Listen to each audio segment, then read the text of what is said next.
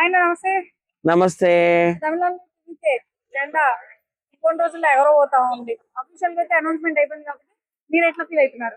ఇంకొంచెం రోజుల్లో కూలబోతుంది అని కూడా నేను అనుకుంటా పార్టీ. ఎందుకంటే ఆయనకి పూర్తి మెజారిటీ రాలేదు. తమిళనాడు నుంచి ముఖ్యంగా సినిమా ఇండస్ట్రీ నుంచి చాలా మంది సీఎంలు అయ్యారు. మూవీ రైటర్స్ అన్నాదురై గారు అయ్యారు, కరుణానిధి గారు అయ్యారు, మూవీ హీరోస్ ఎంజీఆర్ గారు అయ్యారు, మూవీ హీరోయిన్స్ జయలలిత గారు అయ్యారు, జానకి రామచంద్రన్ గారు అయ్యారు, మళ్ళీ టీవీ యాక్టర్ స్టాలిన్ గారు అయ్యారు, ఇప్పుడు మళ్ళీ విజయ్ గారు అవుతున్నారు. కానీ అందరికీ గతంలో పూర్తి మెజారిటీ వచ్చింది. జయలలిత గారిని తీసుకుందాం, ఆమె 91 లో సీఎం అయ్యారు ఫస్ట్ టైం. ఆమెకి 61% ఓటింగ్ వచ్చింది. ఇప్పుడు ఈయనకి ఎంత వచ్చింది? 33% వచ్చింది. ఆమెకు అప్పట్లో 225 సీట్స్ వచ్చాయి. ఈయనకి ఎన్ని వచ్చాయి? 107 అనుకోవచ్చు. ఎందుకంటే 108లే 2 సార్లు పోటీ చేసిండు కదా, తిరుచి పెరంబూరు.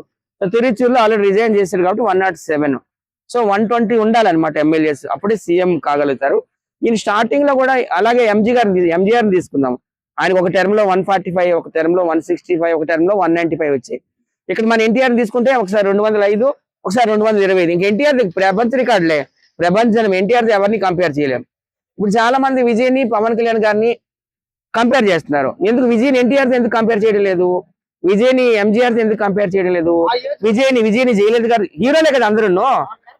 ఏజ్ మారల జనాలు ఇప్పుడు మారారు. మారితే మరి అందరూ సీఎంలు అయిపోవాలి కదా.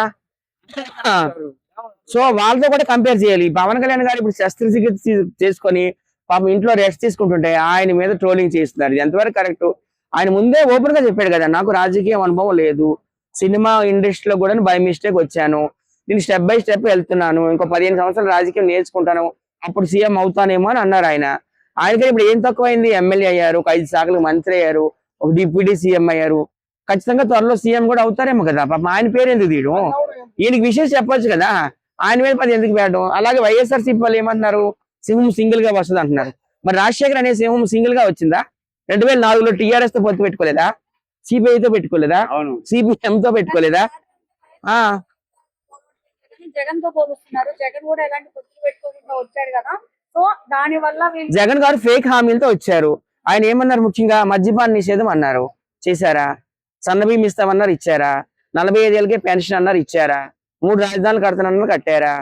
పోలవరం ప్రాజెక్టు పూర్తి చేస్తున్నారు, పూర్తి చేశారా? నన్ను సీఎం అని చేస్తే కేంద్రం మెడలు వంచి ప్రత్యేక హోదా తీసుకొస్తున్నారు, తీసుకొచ్చారా? ఏం చేశారు ఆయన?